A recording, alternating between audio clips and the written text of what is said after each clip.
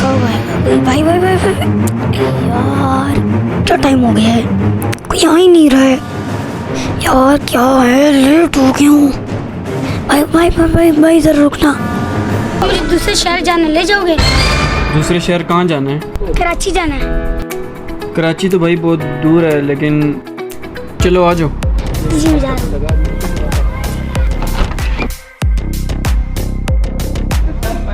One eternity later.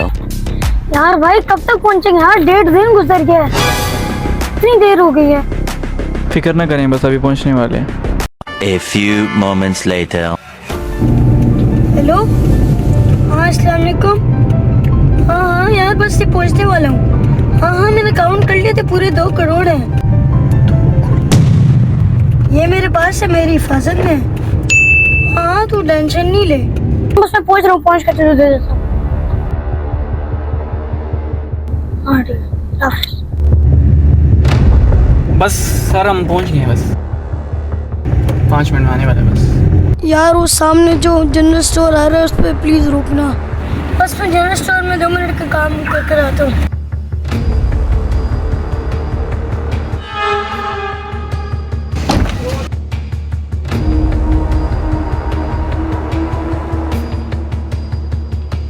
जा जा याशी कर,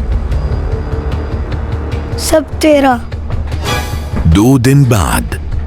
बस यार मुझे इजाजत दो, मैं चलता हूँ। यार 2 दिन गुजर गए और पता भी नहीं चला। हाँ वाकई यार। वैसे आपस की बात है, तुम वापस जाओगे कैसे? जैसे आया था वैसे ही। हैं? क्या मतलब? बस एक खाली कार्टन चाहिए।